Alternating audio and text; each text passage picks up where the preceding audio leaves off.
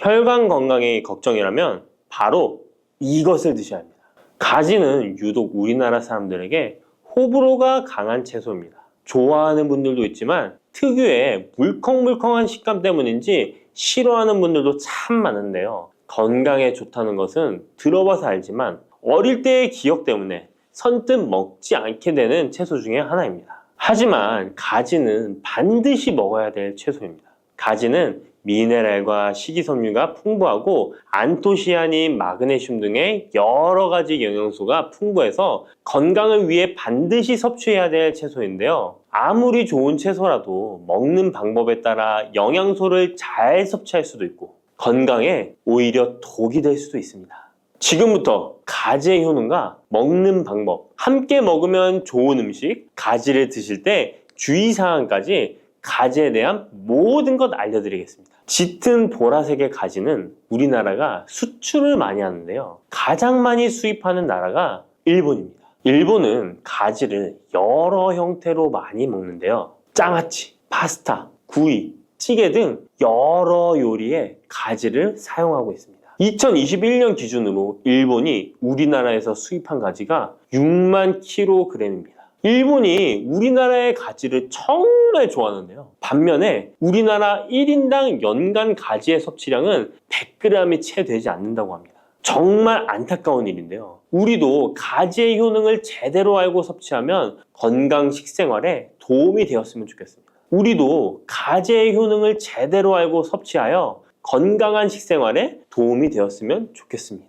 첫 번째, 가지의 효능은 심혈관 질환을 예방하는 데 도움을 준다는 것입니다. 나이가 들수록 심혈관 질환으로 병원을 많이 가게 되는데요. 가지에는 칼륨이 풍부하여 심박수를 안정적으로 유지하는 데 도움을 주고 나트륨의 배출을 도와줘 혈압을 낮추는 데에도 효과가 있습니다. 가지에 풍부하게 함유된 폴라보노이드 성분은 나쁜 콜레스테롤인 LDL 수치를 낮추고 좋은 콜레스테롤인 HDL 수치를 높여주는 효능이 있습니다. 이런 효능들은 심혈관 질환을 예방하는 데 아주 중요한 것으로 많이 알려져 있습니다. 평소에 가지를 주기적으로 섭취하시면 심혈관 질환으로 병원에 갈 일을 조금 줄일 수 있겠죠. 두 번째, 가지의 효능은 염증을 억제하고 가라앉히는 데 도움이 된다는 것입니다. 옛날에는 민간요법으로 사마귀를 제거할 때 가지를 사용했을 정도로 염증 제거에 효능이 좋은데요. 특히 점막에 있는 염증에 효과가 좋은 것으로 알려져 있습니다. 우리 몸에 점막이라 하면 대표적으로 입안, 잇몸, 식도 등이 되겠고요. 위장, 대장 등 소화기관은 거의 모두 점막으로 되어 있습니다. 입으로 음식이 들어가서 항문으로 배출되기까지의 모든 곳이 점막인 건데요. 면역력이 떨어지거나 스트레스, 특정 음식으로 인한 지속적인 자극은 이런 점막에 염증을 일으키게 되는데요. 이런 염증을 억제하는 데 가지가 도움이 된다는 것이죠. 세 번째, 가지의 효능은 혈당을 조절하는 데 도움을 주는 것입니다. 가지의 풍부한 식이섬유는 우리가 섭취한 탄수화물과 지방의 흡수와 소화를 늦춰주는 역할을 하게 됩니다. 이런 작용으로 혈당을 낮추는 데 많은 도움을 줄 수 있는데요. 식이섬유는 당을 흡착하여 몸에 흡수되는 속도를 느려지게 해서 혈당이 급격히 올라갔다 급격히 떨어지는 혈당 스파이크 현상을 예방할 수 있고 저혈당도 방지하며 이런 효능으로 혈당을 일정하게 유지하는 데 도움을 줄 수 있습니다. 또한 가지의 풍부한 폴리페놀 성분과 천연 식물 화합물은 설탕의 흡수를 감소시켜주고 인슐린 분비를 증가시켜주어 혈당을 낮추는 데 도움을 주게 됩니다. 네 번째, 가지의 효능은 노화를 예방하는 데 도움을 준다는 것입니다. 가지의 짙은 보라색은 나수닌이라고 하는 강력한 항산화 성분인데요. 우리 몸에 정말 중요한 역할을 해주는데 바로 세포와 혈관이 노화되는 것을 방지해주는 것입니다. 산화 스트레스로부터 혈관을 보호해주며 추가적으로 과도한 철분이 혈관에 쌓이는 것을 막아주는 효과가 있습니다. 철이 공기에 만나면 산화되어 빨갛게 부식되는 것과 마찬가지로 우리 몸에도 철분이 필요 이상 쌓이게 되면 세포와 혈관을 산화시킬 수 있는 것입니다. 철분이 우리 몸에 꼭 필요한 성분이지만 과도하게 쌓이게 되면 노화를 촉진하는 부작용이 있는 것이죠. 철분이 많이 들어있는 음식은 바로 붉은색 고기입니다. 따라서 평소에 고기를 좋아하고 자주 드시는 분이라면 가지와 함께 드시는 것이 정말 좋겠습니다. 다섯 번째 가지의 효능은 감염을 예방한다는 것입니다. 면역력이 떨어질 때 세균이 우리 몸에 들어오면 감염에 걸리기 쉬운데요. 가지에 풍부하게 함유된 클로로겐산과 폴리페놀 성분들은 세균과 바이러스를 제거하는 효과가 있어 감염 예방에 큰 도움이 됩니다. 이러한 효능은 가지의 껍질과 꼭지 부분에 특히 좋은 효능을 나타내는데요. 가지 꼭지는 보통 요리할 때 버리잖아요. 이제부터 가지 꼭지 버리지 마세요. 말려서 끓인 물로 가글을 하시면 천연 구강세정제 역할을 한다고 합니다. 꼭지에는 스코폴레틴이 풍부하게 함유되어 있는데 이 성분은 파이토케미컬의 일종으로 나쁜 균을 억제하는 데 탁월한 효능을 발휘합니다. 이런 효능으로 감염뿐 아니라 염증을 억제하는 데도 도움을 줍니다. 우리 입속에는 각종 세균이 셀 수 없을 정도로 많은데요. 이런 세균들은 충치, 치주염, 구내염 등을 발생시키는 주범이 됩니다. 나이가 들면서 치아나 잇몸의 건강이 좋지 않아 소금물로 가글을 하시는 분들도 있는데요. 소금은 삼투압 작용으로 잇몸의 붓기를 빼고 약간의 살균 작용을 하기도 하지만 염증 자체를 없애지는 못합니다. 그래서 가글을 하시려면 가지를 이용하시면 좋은데요. 말린 가지 꼭지를 15분에서 20분 정도로 펄펄 끓인 뒤에 식혀서 약간의 소금을 탄 후에 가글 하시면 잇몸병과 구내염 등을 예방하는 데 효과를 볼 수 있습니다. 여섯 번째 가지의 효능은 항암 효과입니다. 암세포를 제거할 수 있는 항암 성분들이 가지에 풍부하게 함유되어 있는데요. 일본이 가지를 좋아한다고 했잖아요. 일본의 농림성식품연구소에서 연구를 했습니다. 가지, 시금치, 브로콜리 세 가지를 이용해 발암물질을 억제하는 실험을 했는데요. 해당 연구에서는 발암물질인 벤조피렌, 아프라톡신, 타르질 등에 대한 돌연변이 유발 억제 효과를 평가하였습니다. 그 결과 가지에서 약 80% 이상 발암물질을 억제하는 효과가 밝혀졌습니다. 또 다른 연구에서도 가지의 알칼로이드성 식이섬유가 유방암, 대장암, 난소암 등의 원인이 되는 동물성 지방을 제거하는 데 탁월한 효능이 있는 것을 발견하기도 했습니다. 또한 가지의 풍부한 폴리페놀은 대표적인 항암 성분이기도 합니다. 가지는 여러 항암 효과를 가지고 있는 훌륭한 항암 식품이 틀림없습니다.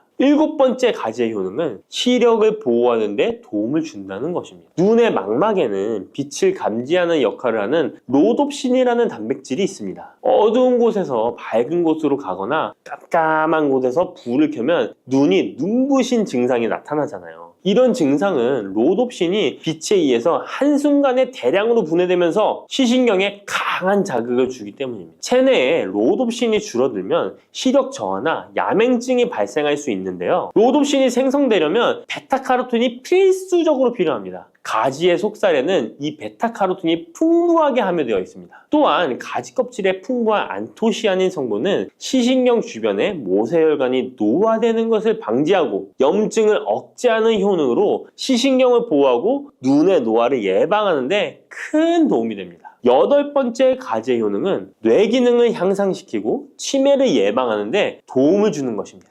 가지에는 비타민 B6, 엽산, 마그네슘 등의 영양소가 풍부하게 함유되어 있습니다. 이러한 영양소는 뇌 신경 전달 물질의 생성을 촉진하고 뇌의 기능을 향상시키는 효과가 있습니다. 또한 가지에 함유한 안토시아닌은 뇌의 노화를 방지하고 기억력을 향상시키는 효과가 있어 치매 예방에 도움이 됩니다. 이렇게 가지에는 뇌 기능 유지와 뇌 건강에도 좋은 효과를 나타냅니다. 아홉 번째 가지의 효능은 피로 회복에 도움을 준다는 것입니다. 가지에 함유된 비타민C, 칼슘, 마그네슘 등의 성분들이 체내의 대사를 촉진하고 에너지를 생성하는 데 도움을 줍니다. 체온 조절에 도움을 주며 가지에 함유된 스코폴레틴과 스코파론 성분은 근육의 신경 안정 및 경련을 완화시켜주는 효능이 있어 근육 피로 회복에 많은 도움을 줄 수 있습니다. 열 번째, 가지에는 열을 내려주는 해열 작용이 있습니다. 가지는 차가운 성질을 갖고 있는 채소로 평소 몸에 열이 많은 사람의 체온을 다스려주는 효과가 있으며 감기로 인해 열이 오를 때에도 열을 내려주는 해열 효과가 있습니다. 가지의 클로로겐산 성분이 염증 매개 물질인 프로스타글란딘과 사이토카인의 생성을 억제하여 염증 반응으로 인한 발열을 완화할 수 있습니다. 이렇게 좋은 가지를 효과적으로 섭취하는 방법은 따로 있습니다.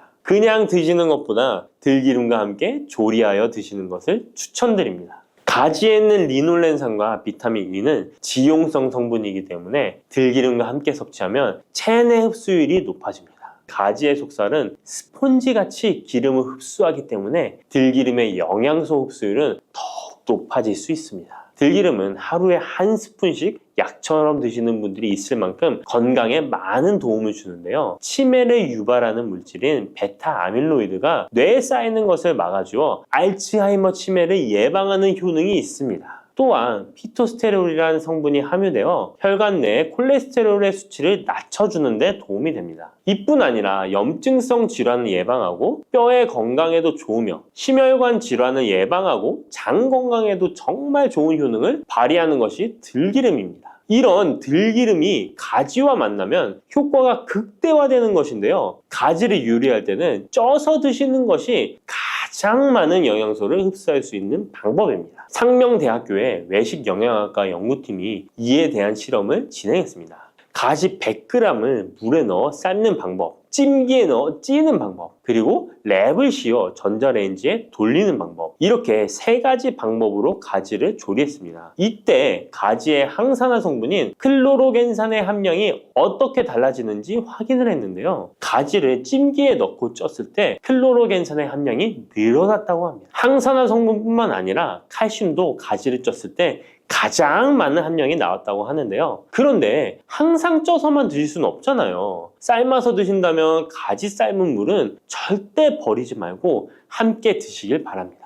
짙은 보라색의 가지 껍질에는 안토시아닌이 풍부한데요. 이 안토시아닌의 항산화 효과는 토마토의 3배, 그리고 브로콜리의 2배로 알려져 있습니다. 이 안토시아닌은 항산화 작용에도 강력하지만 스트레스를 완화하는 데에 도움을 주고 신체가 정상적인 기능을 회복하고 유지하는 데에도 도움을 주는 성분입니다. 신체가 정상적인 기능을 회복하고 유지하는 데에도 도움을 주는 성분입니다. 그런데 이 안토시아닌은 수용성 성분으로 물에 잘 녹아 나옵니다. 그래서 가지를 씻을 때는 너무 물에 오래 담가두지 마시고요. 가지를 삶아서 조리했다면 이 물에 안토시아닌이 풍부하게 함유되어 있기 때문에 이 가지 삶은 물을 차처럼 드셔도 되고 다른 요리할 때 채수로 사용하셔도 좋습니다. 이렇게 좋은 가지도 드실 때 주의하실 사항이 있습니다. 많은 채소나 과일들이 익히지 않고 생으로 드실 때 좋은 경우가 많은데요. 가지는 절대로 생으로 드시면 안 됩니다. 가지에는 솔라닌이라는 독성 물질이 있기 때문입니다. 솔라닌은 쌍난 감자에 생기는 독성과 같은 것인데요. 이 독성은 위경련, 복통, 현기증, 식중독 등의 증상을 유발할 수 있으므로 가지는 반드시 익혀서 드시기 바랍니다.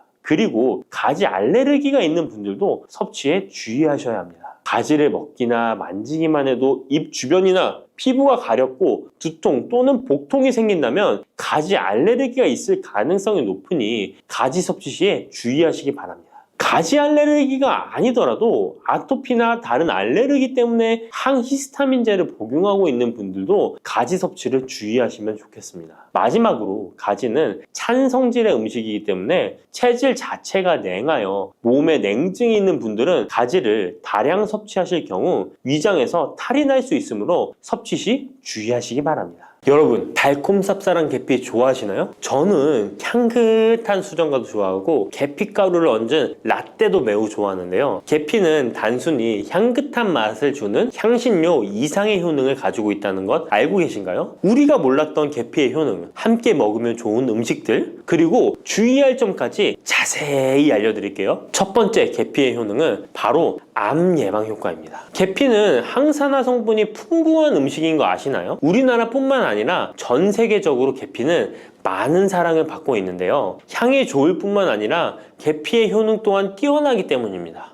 계피에는 항산화 물질이 함유되어 있는데요. 이런 항산화 물질은 우리 몸의 세포가 노화되거나 손상되는 것을 막아주는 역할을 합니다. 특히 계피에 들어있는 시나믹 알데하이드라는 성분이 강력한 항암 효과를 가지고 있어 암세포의 성장을 억제하는 효과가 있는 것이죠. 연구에 따르면 계피는 특히 대장암이나 간암 예방에 효과적일 수 있다고 하는데요. 계피에는 항산화 물질인 폴리페놀이 풍부하게 함유되어 자유라디칼이라고 불리는 유해한 분자로부터 세포를 보호하는 역할을 합니다. 자유라디칼은 암 예방과 관련된 DNA 손상을 일으킬 수 있으므로 항산화 작용을 통해 암 예방에 도움을 줄 수 있습니다. 꾸준히 섭취하면 암 예방에 큰 도움이 될 수 있겠죠? 계피의 놀라운 효능 두 번째는 탁월한 콜레스테롤 관리입니다. 계피는 콜레스테롤 수치 조절에도 아주 유익한 식품인데요. 계피에 포함된 식이섬유와 폴리페놀 성분이 이와 같은 효능을 나타내는데 이 성분들이 혈관을 깨끗하게 유지하는데 중요한 역할을 한다고 합니다. 여러 연구에 따르면 계피에 포함된 성분들이 혈중 나쁜 콜레스테롤 LDL을 감소시키고 좋은 콜레스테롤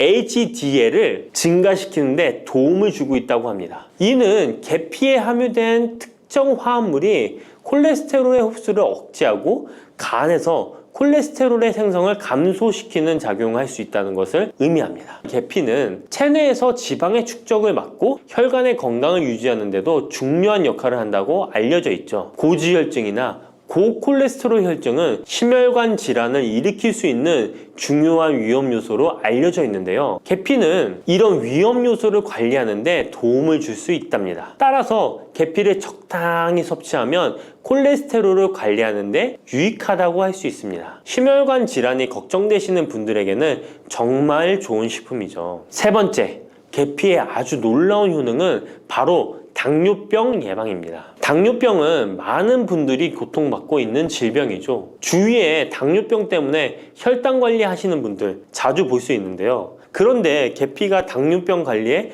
큰 도움이 된다고 하니 놀랍지 않나요? 계피에 함유된 크로모라는 성분이 인슐린 민감성을 높여주어 혈당 수치를 안정시키는데 도움을 줄 수 있다고 하는데요. 연구에 따르면 계피를 꾸준히 섭취한 사람들은 식후 혈당이 급격하게 상승하는 것을 막을 수 있다고 합니다. 또한 계피에 포함된 시네믹 알데하이드 성분이 인슐린 민감도를 높여주고 혈당 수치를 안정시키는데 도움을 준다고 알려져 있죠. 이 성분이 인슐린이 더 잘 작용하도록 돕기 때문에 혈당을 효과적으로 조절하는데 도움을 주는 역할을 할 수 있습니다. 우리나라보다 더 계피를 좋아하는 인도에서 계피 섭취와 대사증후군에 관련한 실험이 진행되었는데요. 인도 델리 학교에서 진행한 실험 연구에 따르면 대사증후군이 있는 116명을 두 그룹으로 나눈 뒤 16주간 한 그룹은 계피 추출물을 섭취하고 다른 한 그룹은 계피가루가 들어있다고 속인 가짜 약을 섭취하게 했는데요. 16주 뒤 확인했더니 계피 추출물을 먹은 그룹은 가짜 약을 먹은 그룹에 비해 대사증후군에 악영향을 주는 체중, 혈당, 콜레스테롤 등의 수치가 개선되었다고 합니다. 참으로 놀랍죠. 물론 계피를 꾸준히 섭취하는 것만으로도 당뇨병을 완전히 예방할 수 있는 것은 아니지만 식이요법에 포함시킬 수 있는 좋은 재료라는 점은 분명합니다. 네 번째, 계피의 놀라운 효능은 바로 항염작용입니다. 계피가 항염작용까지 있다니 참 신기하죠? 계피에는 항염증 작용이 있는 화합물이 함유되어 있는데요. 계피에 들어있는 시나믹 알데하이드 성분은 염증을 줄이는데 효과적이라고 연구 결과도 있습니다. 이 성분은 몸속 염증 반응을 억제해 주어 관절염, 근육통, 염증성 질환이 있는 분들에게 매우 유익한 식품이죠. 특히 체내에서 발생하는 염증은 만성적인 질환을 유발할 수 있기 때문에 이를 예방하는 것이 중요한데요. 계피를 섭취하면 몸속 염증을 낮춰주는데 도움을 줄 뿐만 아니라 면역력 강화에도 긍정적인 영향을 미친다고 알려져 있습니다. 겨울철에는 찬바람과 습기로 인해 염증이 쉽게 발생하는데 계피를 섭취하면 몸을 따뜻하게 해주고 염증을 예방하는 데 도움이 됩니다. 계피 섭취가 일상적인 건강 유지, 특히 쌀쌀한 겨울에 아주 좋은 영향을 미친다고 할 수 있죠. 그렇다면 이것들과 계피와 함께 먹으면 계피의 효능이 2배가 된다는데요.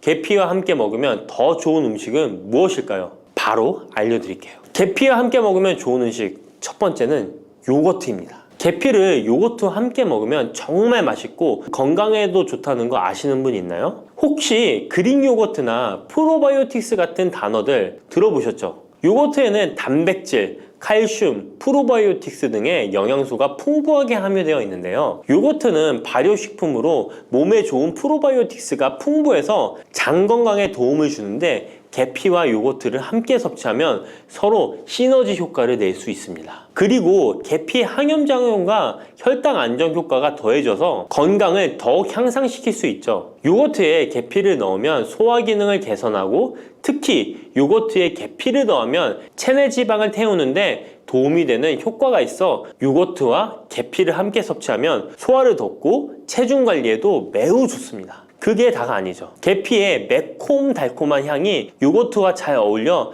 맛있게 즐길 수 있습니다. 요거트를 자주 드시는 분들은 꼭 한번 계피를 뿌려서 드셔보세요. 샐러드 드실 때 드레싱으로 요거트를 사용한 뒤 그 위에 계피가루 톡톡 뿌려서 드시는 것도 아주 좋은 계피와 요거트 활용법입니다. 계피와 찰떡궁합의 식품 두 번째는 사과입니다. 계피와 사과는 정말 잘 어울리는 조합인 거 아시나요? 사과에는 비타민C와 식이섬유, 항산화 성분이 풍부해서 면역력 강화와 소화에 도움을 주는 과일인데요. 계피는 당뇨병 예방과 관리에 도움을 주며 혈당 조절에 효과적인데요. 계피와 사과를 함께 먹으면 두 가지 재료의 장점이 더해져 더욱 효과적인 건강 관리가 가능하다는 것이에요. 그리고 이 두 가지가 만나면 체중 관리에도 큰 도움이 된다니 같이 안 먹을 이유가 없겠죠. 맛 또한 더욱 좋아지는데요. 계피는 사과의 달콤한 맛을 더욱 풍부하게 만들어주는데 서양에서는 디저트로 사과파이에 계피가루를 얹어 향긋하게 즐기는 게 유명하죠. 같이 섭취할 때는 사과에 계피를 뿌려서 간단히 먹거나 사과를 얇게 썰어 계피를 뿌려 먹으면 더욱 맛있고 건강한 간식이 될 수 있다는 것 기억해 주세요. 세 번째, 계피와 먹으면 좋은 음식은 바로 커피입니다. 계피와 커피는 정말 좋은 궁합을 자랑한다는 거 아셨나요? 커피는 카페인 덕분에 활력을 주는 음료인데요. 커피의 쓴맛이 사람마다 호불호가 갈릴 수 있습니다. 그런데 계피를 커피에 넣으면 그 쓴맛이 부드럽게 변화하면서 더 풍부하고 깊은 맛을 느낄 수 있는데요. 계피가 커피의 쓴맛을 부드럽게 감싸주기 때문에 커피를 마시는 동안에 입안에 더 부드러운 느낌을 주게 되는 것이죠. 계피는 항염증 효과와 항산화 효과가 뛰어나서 커피와 함께 마시면 건강 효과도 한층 더 올라가는데요. 커피 자체에도 많은 항산화 물질이 포함되어 있는데 계피 역시 강력한 항산화 성분을 가지고 있기 때문에 둘을 합쳐 마시면 체내 염증을 줄여주고 세포를 보호하는 효과를 볼 수 있는 것이에요. 계피와 커피를 함께 마실 때 또 다른 장점이 있는데요. 그건 바로 혈당 조절에 있습니다. 커피는 그 자체로 혈당을 빠르게 올리는 경향이 있는데요. 계피가 이 과정을 완화시켜주면서 커피를 드실 때 혈당이 급격하게 상승하는 것을 방지할 수 있습니다. 그래서 당뇨가 있으신 분들께도 이 두 음료의 조합은 매우 추천드립니다. 그렇다면 계피와 커피는 어떻게 함께 먹는 게 좋을까요? 계피와 커피를 함께 즐기기 위한 가장 간단한 방법은 계피가루를 커피에 넣는 것인데요. 커피가 다 내려준 후 4분의 1티스푼의 계피가루를 넣고 잘 저어주면 계피의 향이 커피와 자연스럽게 어우러져 향긋한 커피 한 잔을 만들 수 있습니다. 계피를 너무 많이 넣으면 커피의 맛이 너무 강해질 수 있으니 적당량을 넣어주는 것 잊지 마세요. 또한 계피 스틱을 사용해 커피를 우려내는 방법도 있는데요. 커피를 내린 후에 계피 스틱을 커피에 넣고 몇 분간 우려내면 계피의 향이 은은하게 배어들어 훨씬 더 맛있고 건강한 커피를 즐길 수 있습니다. 계피 스틱을 사용하면 시각적으로도 멋진 효과를 줄 수 있기 때문에 커피를 더욱 고급스럽고 멋스럽게 즐기고 싶다면 계피와 커피 꼭 한번 같이 우려보세요. 계피와 찰떡궁합 꿀조합을 알려드렸다면 이번에는 계피와 함께 먹으면 몸에 해가 되는 음식이 있다는 것을 알고 계신가요? 그것은 바로 귤이나 자몽, 레몬 같은 시트러스 계열의 과일인데요. 계피와 시트러스 계열 과일을 함께 먹으면 안 되는 이유 바로 알려드릴게요. 많은 분들이 시트러스 계열 과일, 예를 들어 오렌지나 레몬을 좋아하시는데요. 이 과일들은 비타민C가 풍부하고 상큼한 맛이 참 일품이죠. 하지만 계피와 시트러스 과일을 함께 먹을 때는 주의가 필요한데요. 계피의 주요 성분 중 하나인 시나몰은 계피가 가진 가장 독특한 향을 만들어내는 성분. 계피의 주요 성분 중 하나인 시나몰은 계피가 가진 독특한 향을 만들어내는 성분인데, 이 시나몰이 시트러스 계열 과일의 산성 성분과 결합하면 위에서 소화가 잘 되지 않거나 불편한 증상을 유발할 수 있습니다. 특히 속쓰림이나 위경련이 일어날 수 있는데요. 이는 계피와 시트러스 과일이 소화 효소의 분비를 방해하고 서로 반응하면서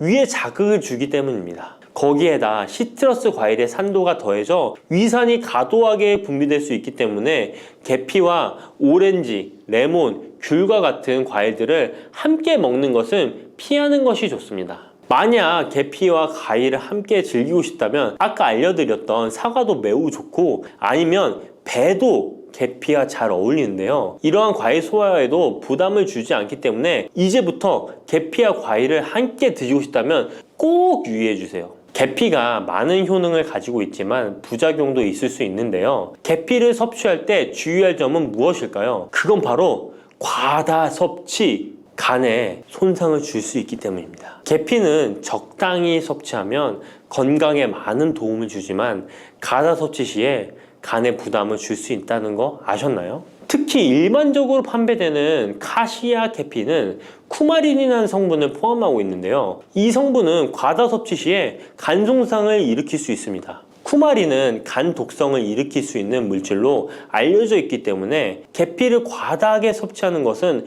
최대한 피하는 것이 좋겠죠? 여기서 우리가 주로 섭취하는 계피가 카시아 계피인지 세이론 계피인지 헷갈리시는 분도 있으실 거예요. 둘의 차이점을 알려드릴게요. 일반 계피는 주로 카시아 계피인데요. 카시아 계피는 중국, 인도, 베트남 등의 아시아 지역에서 많이 재배됩니다. 이 계피는 맛이 더 강하고 매운맛이 나면서 향도 좀 더 진하죠. 가격도 비교적 저렴해서 국내 유통되는 계피는 대부분 이 카시아 계피입니다. 세이론 계피는 주로 스리랑카, 인도의 일부 지역에서 자주 자생하는데요. 이 세이론 계피는 쿠마린의 함량이 매우 적답니다. 그래서 세이론 계피는 일반 계피보다 상대적으로 많이 섭취해도 건강에 부담이 적다는 것이죠. 세이론 계피는 향도 더 섬세하고 가벼운 느낌을 준다는 건데요. 세이론 계피는 더 희귀하고 가격이 비싸고 고급 계피로 취급되며 주로 건강식품이나 고급 요리에 사용됩니다.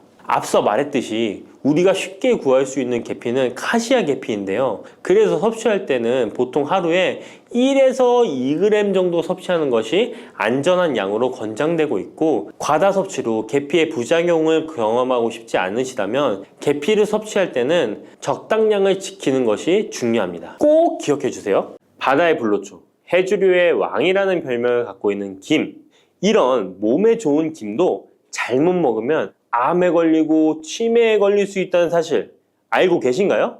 아무리 좋은 음식도 제대로 알고 드실 때 건강을 지키는 보약이 될 수 있는 것이죠. 식탁 위에 빼놓을 수 없는 반찬, 김의 효능 5가지. 김을 드실 때 주의해야 될 분들, 그리고 김과 함께 먹으면 보약이 되는 최고의 음식과 김을 굽는 방법, 좋은 김을 고르는 방법까지 김에 대한 모든 것 알려드릴게요. 입맛도 없고 마땅한 반찬도 없을 때 김 하나만 있어도 밥 한 그릇 뚝딱 해치울 수 있지 않나요? 저도 마찬가지지만 저희 아이들도 김 하나만 있어도 반찬 투정 안 합니다. 이렇게 밥 반찬으로도 최고지만 요즘 전 세계에서 우리나라 문화에 열광을 하며 우리나라 음식에도 관심이 많은데요. 최근에는 특히 바로 이 김에 대한 관심도 높아졌습니다. 냉동김밥이 어마어마하게 많이 팔리면서 김에 대한 인기도 높아져 과자처럼 간식으로 김을 많이 먹고 있다고 하네요. 전 세계적으로 선풍적인 인기를 끌고 있는 김의 첫 번째 효능은 바로 뇌를 건강하게 해서 치매를 예방하는 데 좋다는 것입니다. 김에는 뇌신경을 활성화시키는 비타민 B1과 비타민 B2가 풍부하게 들어있는데요. 이 비타민들이 뇌세포의 건강을 유지하고 신경 전달 물질을 생성하는 데 도움을 주어 기억력을 향상시키고 뇌를 계속해서 활성화시켜줍니다. 또한 미네랄 성분들이 풍부하여 뇌 기능을 활성화하는 데 도움을 주어 치매를 예방할 수 있습니다. 그리고 김에는 포피란이라는 수용성 식이섬유가 풍부하게 함유되어 있는데요. 이 포피란은 혈관 내에 나쁜 콜레스테롤 LDL 수치를 떨어뜨려주는 효능이 있습니다. 따라서 혈관 내의 혈전 생성을 막아주고 동맥경화도 예방하여 혈액순환을 좋게 함으로써 뇌에도 혈류를 원활하게 해주는 것입니다. 또 김에 함유되어 있는 알긴산이라는 성분이 있는데요. 이 알긴산도 콜레스테롤이 혈관에 쌓이는 것을 방지하고 몸 밖으로 배출시켜주는 역할을 해줍니다. 국립부경대학교 연구팀의 연구 결과에 따르면 알긴산은 혈관 내의 중금속과 노폐물을 흡착하여 제거하고 혈액 속 중성지방 및 콜레스테롤을 억제하여 피를 맑게 하고 성인병 예방에 놀라운 기능을 한다고 보고하고 있습니다. 이러한 성분들의 효능으로 뇌에 필요한 영양분을 충분히 공급하고 노폐물을 빨리빨리 배출할 수 있게 되어 머리도 맑아지고 뇌신경을 튼튼하게 해주는 것이죠. 이러한 김과 계란을 함께 드시면 엄청난 시너지 효과를 누릴 수 있는데요. 계란에는 비타민 B1, 2와 콜린이라는 성분이 풍부한데 이 성분들이 뇌신경을 활성화하는 데 큰 도움을 줄 수 있습니다. 그 이유를 살펴보면 콜린은 뇌의 신경 시스템에서 중요한 역할을 하는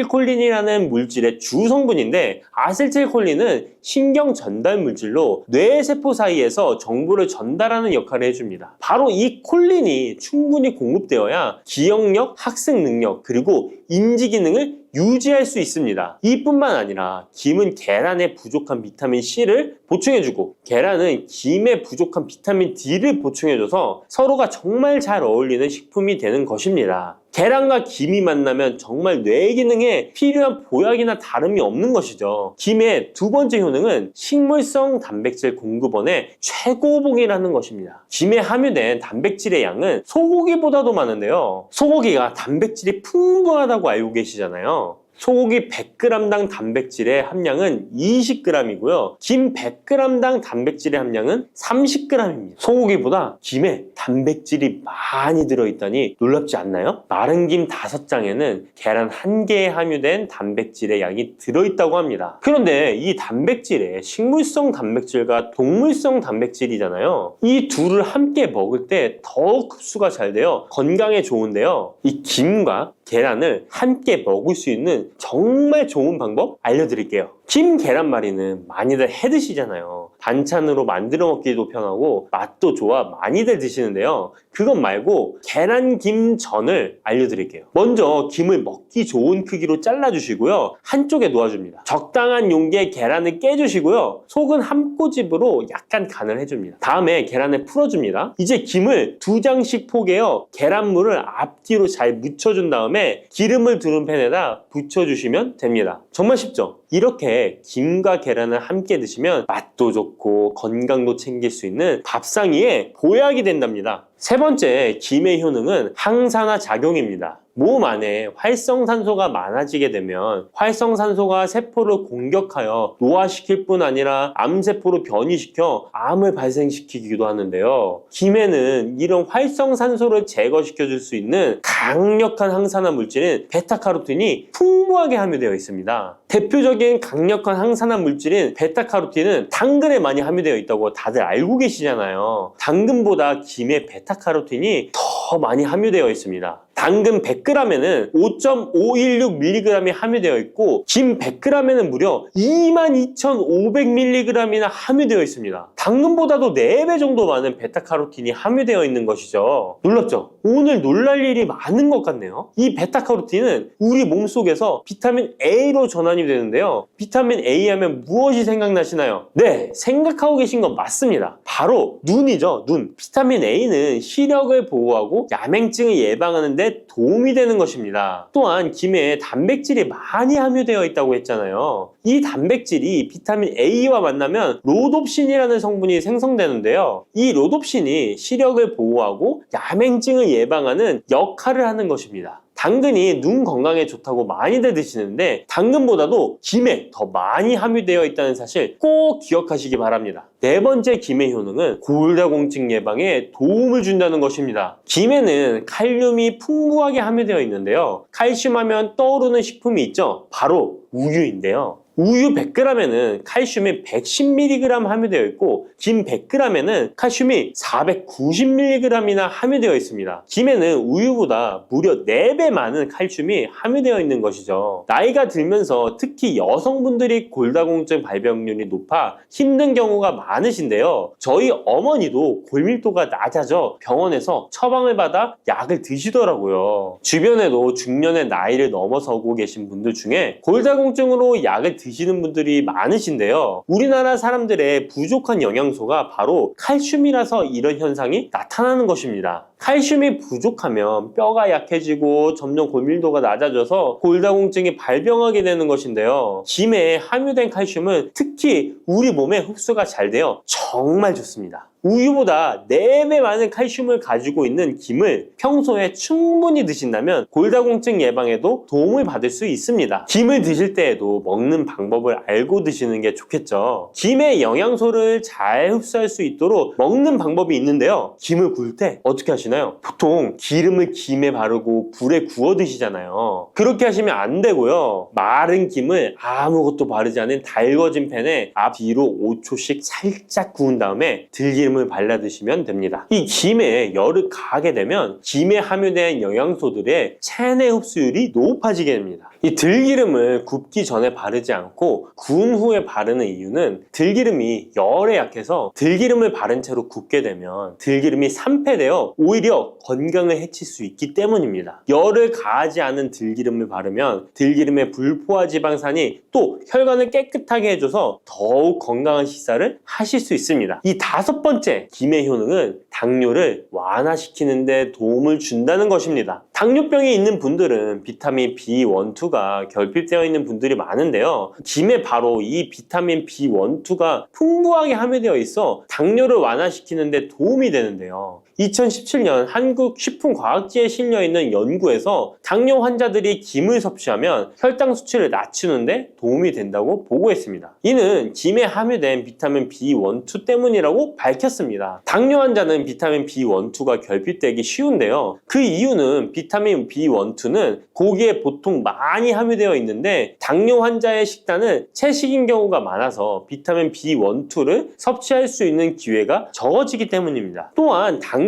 환자에게 처방되는 메트포르민 계열의 성분들의 약물이 비타민 B1, 2의 흡수를 방해해 비타민 B1, 2가 결핍될 가능성은 더욱 높아집니다. 당뇨 환자들은 고혈당으로 인해 신경이 많이 손상이 되는데요. 이 때문에 손발끝이 저리거나 통증이 오는 신경합병증이 발생하게 됩니다. 이 증상을 완화시키고 신경이 손상되지 않도록 보호하는 역할을 비타민 B1, 2가 해주는 것입니다. 이런 이유로 당뇨 환자는 비타민 B1, 2의 섭취를 신경 써서 해주는 것이 좋지만 말씀드린 대로 육류 식단은 또 당뇨 환자의 식단에 잘 들어가 있지 않죠. 그래서 비타민 B1, 2가 풍부한 김을 섭취하는 것이 당뇨 환자에게 정말 좋은 대안이 되는 것입니다. 비타민 B1, 2의 하루 권장 섭취량은 2.4mg인데요. 이는 자르지 않은 김 한 장만 섭취해도 충분히 섭취할 수 있는 양입니다. 당뇨가 있는 분들이라면 오늘부터 식사하실 때 김을 꼭 드셔야겠죠? 다만 시중에 판매되는 조미김은 기름에 구워지고 그 기름이 산패될 가능성이 높아 오히려 건강에 해로울 수 있으니까 알려드린 대로 마른 김에 기름을 바르지 않고 달궈진 팬에 살짝 구워 드시기 바랍니다. 그런데 이렇게 평소에 많이 드시고 계신데 잘못 드시면 건강을 해칠 수도 있다는 사실 알고 계신가요? 특별히 갑상선이 약하신 분들은 김을 섭취하는데 주의하셔야겠습니다. 갑상선은 우리 몸에서 가장 중요한 내분비 기관 중 하나인데요. 갑상선은 목 부분 기관지 아래에 위치한 나비 모양의 내분비 기관입니다. 중요한 여러 기능을 하지만 그 중에서도 특별히 대사율을 조절하는 기능을 합니다. 갑상선에 T3, T4 호르몬을 분비하여 우리 몸의 에너지 소비와 체온 조절을 하는데 중요한 역할을 하는 것입니다. 그리고 갑상선 호르몬은 신경 시스템의 정상적인 기능을 유지하는데 꼭 필요한데요. 이 호르몬이 제대로 분비가 되지 않아 수치가 너무 높거나 낮게 되면 우울증, 불안 증세,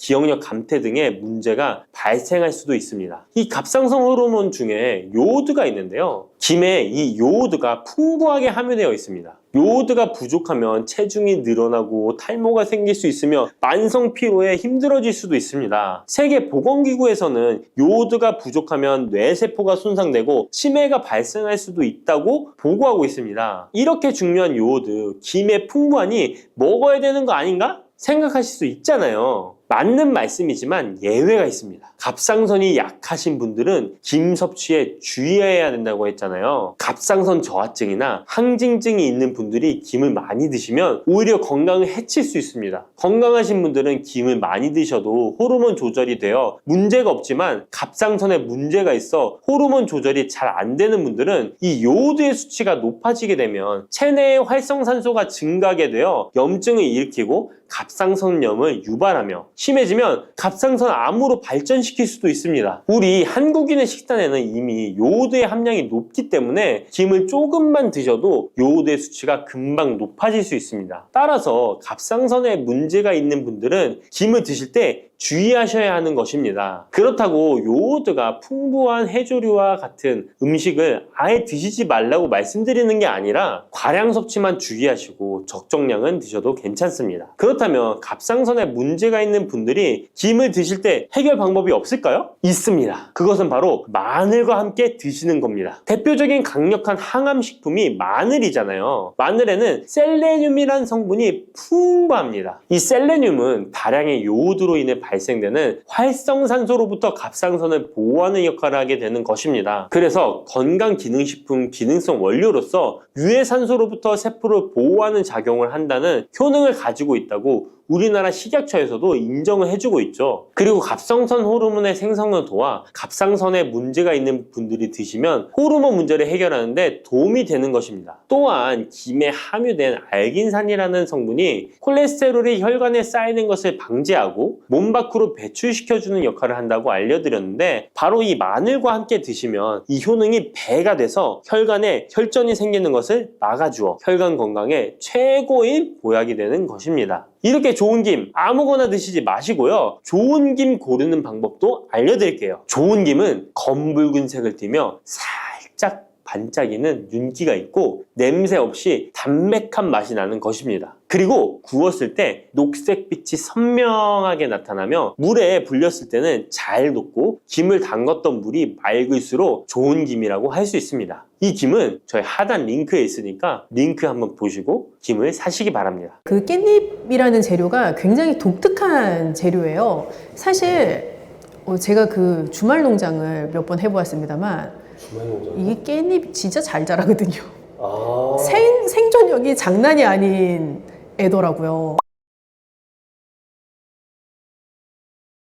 그래서 깻잎을 제가 키우면서 되게 많이 느꼈던 것 중에 하나가 이게 향이 아주 독특하잖아요. 그러니까 토끼가 와서 잘 안 먹어요.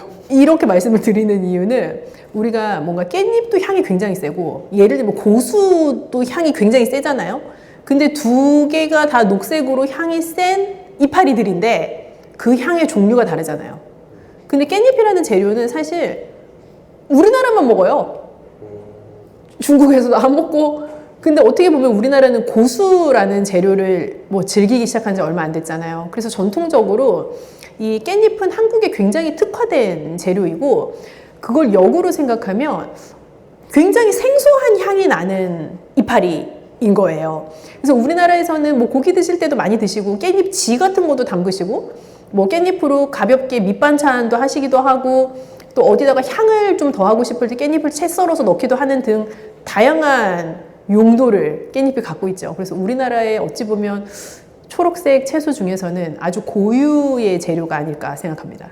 네, 깻잎이 작고 가볍지 않습니까? 그래서 그 효능이라는 걸 느끼려면 아주 많이 먹어야 된다는 문제가 있긴 한데요. 고기 드실 때 쌈 싸 드시는 정도로는 한 대여섯 장, 10장 이렇게 드실 텐데 사실 그 효능이라는 것이 참 뭐라 말할 수 없는 미비할 수 있어요. 왜냐하면 모든 것은 양에 따라 비례를 하는 것이기 때문에. 네, 그러나 어쨌든 깻잎 자체는 파워풀한데 우리가 멸치 칼슘의 왕이다 그런 말 하잖아요. 근데 깻잎에도 칼슘이 많아요. 신기하시죠? 그래서 깻잎도 칼슘이 굉장히 많은 식재료 중에 하나이고요. 또 독특한 향미를 가지고 있는 재료이다 보니까 깻잎을 먹음으로써 어떻게 보면 내가 약간 입맛이 돋구어지기도 하고 다른 음식을 더 다양하게 섭취해 보고자 하는 욕구가 생기기도 해요. 그래서 그런 것들이 향이 또렷한 식재료가 주는 이점이기도 하죠. 그래서 입맛이 없을 때 나에게 내가 좋아하는 향을 주는 재료를 곁들임으로써 내가 다른 음식을 좀 더 적극적으로 섭취할 수 있게끔 하는 그런 통로가 되기도 하죠. 어떻게 보면 이게 양배추 환도 있고 우리가 뭐 채소 가지고 만든 다양한 환 종류들이 있잖아요. 근데 이게 맞으시는 분도 있고 그게 오히려 좀 무리가 되시는 분도 있을 수 있어요. 그래서 제가 아주 그냥 재미난 예시를 들어드리면 옆집에 사시는 어떤 분이 다이어트를 할 거라고 뭐 무슨 뭐를 먹고 살을 뺐어요? 나도 따라 해야지. 똑같이 따라해도 나 살 안 빠질 수 있거든요. 근데 우리가 각자 가지고 있는 몸의 컨디션이나 대사되는 정도들이 아주 차이가 많이 나기 때문에 누군가 깻잎 환을 먹고 엄청 효과를 보셨어도 내가 그걸 똑같이 먹고 효과가 없을 수도 있고 역으로 나에게는 무리가 될 수도 있어요. 그래서 사실 자연 상태를 그대로 드시면 제일 좋습니다. 뭐 깻잎은 작지만 어떻게 보면 강한 향을 가지고 있는 재료이다 보니까 아까 잠깐 언급드린 것처럼 내 식사를 좀 즐겁게 해줄 수 있는 기본 재료라는 생각이 들어요. 그럼 밥맛 없을 때 우리 어렸을 때도 생각해보면 엄마가 깻잎, 생깻잎 이렇게 해서 간장에 살짝 담아가지고 주는 그 깻잎 반찬이 나를 또 입맛이 돌게 하기도 하고 했었잖아요. 내 식욕을 돋워주는 효과가 있을 수 있고요. 그리고 깻잎 자체가 칼슘 함량이 높은 재료이기 때문에 어떻게 보면 우리가 일반적으로 칼슘 함량이 높은 재료들에서 얻을 수 있는 뼈 건강 이랑도 연결해서 생각해 볼 수도 있죠. 모든 나물류의 채소가 다 마찬가지인데요. 생 상태로 먹는 것보다 사실 살짝 데쳐서 먹게 되면 훨씬 많은 양을 먹을 수 있어요. 예전에 엄마가 시금치 나물 하던 거 생각해 보면요. 시금치가 막 이만큼 있어요, 부엌에. 그 엄마가 물을 끓여서 그거를 들통에 살짝 데치면 그 시금치 이만큼 부피였던 생시금치가 요만한 양으로 줄어들잖아요. 그건 어떻게 보면은 나한테 생시금치를 이만큼 먹으라면 못 먹는데 시금치 나물 요만큼 먹으라면 먹을 수 있거든요. 그래서 채소를 가장 많이 섭취할 수 있는 방법이 사실은 데친 나물, 우리가 전통적으로 숙채라고 부르는 조리법에 해당하는데요. 깻잎도요. 깻잎 순 같은 것을 많이 사셔서 살짝 데쳐서 나물로 해 드셔도 아주 좋고요. 또 당연히 생으로 쌈 싸 드셔도 맛있지만 그 데친 깻잎을 이용해서 뭐 달걀찜에 넣으신다거나 달걀 마리를 만들어서 드신다거나 하는 등의 단백질과 같이 섭취하실 수 있는 방법을 또 선택해 보셔도 좋겠고요. 깻잎이 예쁘게 생겼잖아요. 그래서 깻잎 전도 요즘은 많이들 드시는 것 같은데 뭐 두부 같은 거 잘 으깨서 살짝 저염으로 양념하시고 깻잎 사이에 넣어서 앞뒤 이렇게 붙여서 달걀물 해서 잘 붙여내시면 또 맛있는 향긋한 깻잎 전을 드실 수도 있죠. 깻잎을 그 주재료로 쓰시는 것도 방법인데 제가 추천드리고 싶은 것 중에 하나는 제가 이 메뉴를 한번 추천드려 볼까 봐요. 청포묵 깻잎 김무침. 우리 왜 한식당 같은 데 가면 이렇게 탕평채, 미니 탕평채처럼 청포묵 나오고 거기에다 뭐 달걀 지단이나 당근 채 썬 것 그런 거 같이 잘 볶아낸 것들이 이렇게 버무려서 나오는 요리들이 나오잖아요. 그것과 비슷한 느낌의 요리예요. 그래서 청포묵 잘 데쳐서 준비하시고 또 깻잎도 썰어서 준비하시고 김도 그렇게 준비하시면 아주 저염의 양념으로 김의 맛, 향긋함이 있잖아요. 그리고 김도 감칠맛이 아주 좋거든요. 그리고 깻잎 자체가 가지고 있는 고유의 그 향미 그리고 청포묵의 담백하고 약간 쫀득쫀득한 맛이 잘 어우러져서 맛있게 재미있는 식감으로 드실 수 있는 요리예요. 제가 이제 듣기만 해서도 너무 좀 좋을 것 같은데 네. 다음번에 하면은 좀 이걸 조리하는 것도 좀 같이 아, 그럴까요? 우리 쿠킹 클래스 한번 할까요? 언제? 쿠킹 스테이션이 원주에 있다고 좀 들었는데 네, 저희가 같이 요리할 수 있는 공간 뭐 가지고 있는 것들이 있어서 네. 이렇게 말로 하는 거랑 요리하는 걸 보여드리는 게 좀 다르잖아요. 그래서 더 다양하게 응용하실 수 있는 방법 같은 거 한번 같이 해보면 좋을 것 같아요. 뭘 만드는 게 좀 도움이 되시겠는지 좀 댓글로 올려주시면 좋지 않을까요? 그렇게 해서 한번 또 조리하는 거 실제로 보시면서 저는 누구나 좀 건강한 식생활을 할 수 있는 환경이 되었으면 좋겠다라는 생각을 늘 하고 있기 때문에 또 조리하는 거 보여드리면서 그렇게 응용하실 수 있다면 저에게도 좋은 기쁨입니다. 뭐 깻잎 자체는 아주 독특한 향미를 가진 채소이기 때문에 호불호가 있을 수 있어요. 그런데 지금 우리나라에서 굉장히 각광받는 전통 재료라는 생각이 들어요. 그래서 그 재료들의 어떤 향미를 바탕으로 해서 나에게 좀 식욕을 돋울 수 있는 방법들도 한번 고민해 보시고 또 깻잎 드실 때 어떻게 하면 더 맛있게 드실 수 있는지 또 더 영양적으로 우수하게 드실 수 있는지, 단백질 재료 같은 거 잘 곁들여서 드실 수 있는 방법들도 설명드렸으니까 또 영상 돌려보시면서 응용하실 수 있는 방법 찾아보셔도 좋을 것 같아요.